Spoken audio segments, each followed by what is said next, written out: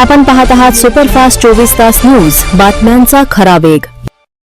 अशा व्यवसायासाठी प्रदर्शन करण्यात आलं, काय सांगाल सर? आज प्रदर्शनाला भेट दिलेली महिला बचत गट हा अलीकडच्या काळात ग्रामीण भागातला अर्थव्यवस्थेचा कणा बनू पाहतो आहे। महिलांनी त्यांचा स्वयंरोजगार या ठिकाणी शेतातले विविध जे उत्पादन आहेत, हळद असेल, विविध डाळी असतील, वेगवेगळ्या प्रकारचे पापड, लोणची, त्यांची कलाकुसरीतून बनवलेल्या ज्या वस्तू आहेत, असं वेगवेगळ्या प्रकारचं पण अतिशय सकस, त्याचप्रमाणे अतिशय सुंदर आणि ज्याच्यामध्ये कुठल्याही प्रकारची भेसळ नाही अशा वस्तूंचं या ठिकाणी जे प्रदर्शन आहे हे परभणीकरांसाठी खरं तर पर्वणी आहे।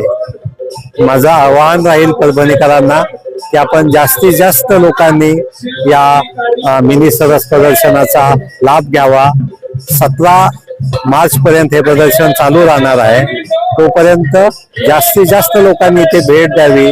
आपण स्वतः आला तर आपल्या मित्रांना, नातेवाईकांनाही सांगा, या ठिकाणी भेट द्या आणि कुठलंही बार्गेनिंग न करता या ठिकाणी या महिला भगिनींनी ज्या वस्तू निर्माण केलेल्या आहेत त्याची खरेदी करा। यातूनच त्यांना त्यांच्या पायावर उभं राहण्याची आपण ताकद देणार आहोत आणि हे अतिशय पुण्याचं काम आहे। हे पुण्याचं काम परभणीकरांनी करावं आणि या महिला भगिनींना त्यांच्या सक्षम स्वयंपूर्ण आयुष्याची जी सुरुवात त्यांनी केलेली आहे त्याच्यासाठी आपला पाठिंबा द्यावा। नक्कीच अशा पद्धतीने महिला बचत गटाच्या मार्फत या नव उद्योजिका या ठिकाणी निर्माण होत आहेत, त्यांना सहकार्य करणं, त्यांच्या सगळ्या प्रॉडक्टना आपण बाजारपेठ उपलब्ध करून देणं, त्यांचं ग्राहक होणं हे आपल्या सर्वांचं कर्तव्य आहे। पुन्हा एकदा या महिला बचत गटाच्या या मिनी सरस प्रदर्शनाला मी जिल्हाधिकारी परभणी म्हणून हार्दिक शुभेच्छा देतो। धन्यवाद। जागलेली आहे ग्रामीण भागातील महिलांसाठी एक मंच दिलेला आहे, ज्यांना हक्काचे की स्वतःचा व्यवसायातून समृद्ध होण्यासाठी, आणि अतिशय उत्कृष्ट प्रतिसाद मिळाला। जिल्हाधिकारी सुद्धा येऊन गेले, काय प्रतिक्रिया? आपल्या ज्या ग्रामीण भागातल्या 9 तालुक्यातल्या या ज्या महिला आहेत त्या आपल्याकडे जवळजवळ 12,500 बचत गट आहेत आणि 1,21,000 महिला आणि त्या अनुषंगानं 1,21,000 कुटुंब आपल्याशी जोडली गेलेली आहेत आणि या महिला आता स्वतःच्या पायावर उभं राहू पाहत आहेत। वेगवेगळे उद्योग त्या करतायत। केवळ लोणची, मसाले, पापड याच्या सीमित न राहता अजून पुढे जाऊन त्या नवीन नवीन गोष्टी करू पाहत आहेत। आपल्यातल्या काही महिला आपण दिल्लीला पाठवल्या होत्या, त्याच्यानंतर आपल्या 2 भगिनी या 26 जानेवारीला जो प्रजासत्ताक दिन झाला त्या प्रजासत्ताक दिनाला समक्ष उपस्थित राहण्याचं त्यांना भाग्य मिळालं।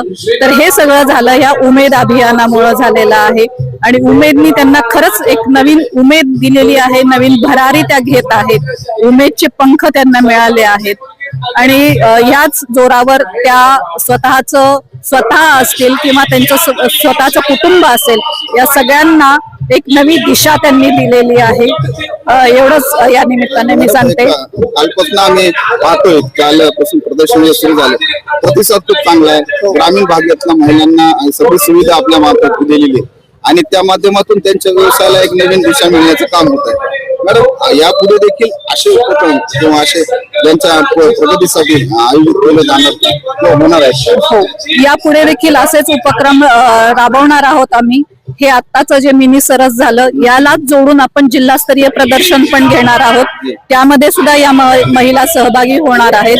वेगवेगळे जे सण असतात, आपले दिवाळी सारखा मोठा सण आहे, यावेळी सुद्धा आपण त्या महिलांचं दीपोत्सव म्हणून प्रदर्शन आयोजित करतो। त्यावेळी प्रत्येक पंचायत समितीला असेल, आपल्या जिल्हा परिषदला असेल, या महिलांचं आपण स्टॉल उभा करतो, त्यांना ही एक संधी देतो की त्यांनी नवीन उद्योग उभारावेत आणि त्यातून त्यांचं मार्केटिंग साठी आपण त्यांना मदत करतो। मुख्य बाजारपेठ देखील मिळावी, कारण की आपण प्रदर्शनात पाहतो त्यांना प्रतिसाद मिळतोय, यासाठी पुढे काही प्रयत्न आहेत का मुख्य बाजारपेठ? मुख्य बाजारपेठेसाठी जसं आपण वेगवेगळ्या गावांमध्ये उमेद मार्ट उभं केलेलं आहे, त्यामध्ये त्या महिला त्यांचे प्रोडक्ट्स ठेवतात आणि तिथं पण विक्री होते. तसंच आपण आता आजचा जो जमाना आहे तो ऑनलाईनचा जमाना आहे किंवा ई मार्केटचा जमाना आहे. तर आपलं जे उमेद मार्ट ई मार्केट आहे त्या मार्केटवर सुद्धा आपल्या महिलांचे प्रॉडक्ट्स आहेत. अमेझॉन सारख्या साईटवर सुद्धा या महिलांचे प्रॉडक्ट गेलेले आहेत. त्यामुळं नवीन जमान्याचं नवीन ई मार्केट आपण त्यांना खुलं करून दिलेलं आहे. बँकेच्या मार्फत कर्जासाठी काही सुविधा आहे त्या बाबतीत का होणार आहे? बँकेचं हे जे कर्ज आहे हे कर्ज घेऊनच या महिला इथपर्यंत आलेल्या आहेत. आपण महिलांचं बचत गट करतो, या बचत गटांचा ग्रामसंघ बनतो आणि अनेक ग्रामसंघ मिळून एक प्रभाग संघ बनतो. असे हे जे प्रभाग संघ आहेत, ग्रामसंघ आहेत, बचत गट आहेत, यांना बँकेमार्फत आपण कर्ज सुद्धा उपलब्ध करून देतो. त्याची परतफेड त्या करतात आणि मला हे सांगायला खूप अभिमान वाटतो की बचत गटांचं जे कर्ज आहे त्याचा जो NPA आहे तो सगळ्यात कमी आहे. त्यामुळे बँका बचत गटांना कर्ज देण्यासाठी एकदम एका पायावर तयार असतात. त्यांना कुठल्याही पद्धतीनं तिथं अडवणूक केली जात नाही, काही होत नाही. अत्यंत सहजपणे त्यांना ते कर्ज उपलब्ध करून दिलं जातं.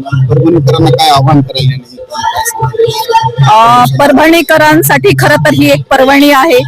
ग्रामीण भागातली उत्पादनं आहेत अत्यंत म्हणजे देशी जसं आपण त्याला म्हणतो, जे आपल्या मातीचे गुण घेऊन ही उत्पादनं आहेत.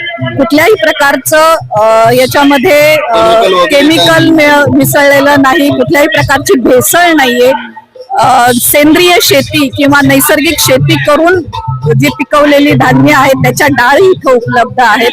आणि खूप आपल्या सर्वांना मी परभणीकरांना आवाहन करेल की इथं आपण सर्वांनी यावं. 5 दिवस हे प्रदर्शन इथं चालू राहणार आहे. 17 तारखेपर्यंत हे प्रदर्शन आहे. मोठ्या संख्येनं आपण यावं, इथं भेट द्यावी. याच्याच जोडीला आपण सांस्कृतिक कार्यक्रम ठेवलेले आहेत, याच्याच जोडीला आपण फूड स्टॉल ठेवलेले आहेत. वेगवेगळ्या प्रकारचे अन्नपदार्थ इथे आहेत. त्याचा सर्वांनी आस्वाद घ्यावा आणि आमच्या या महिलांना एक नवं बळ त्यांनी द्यावं. थँक्यू.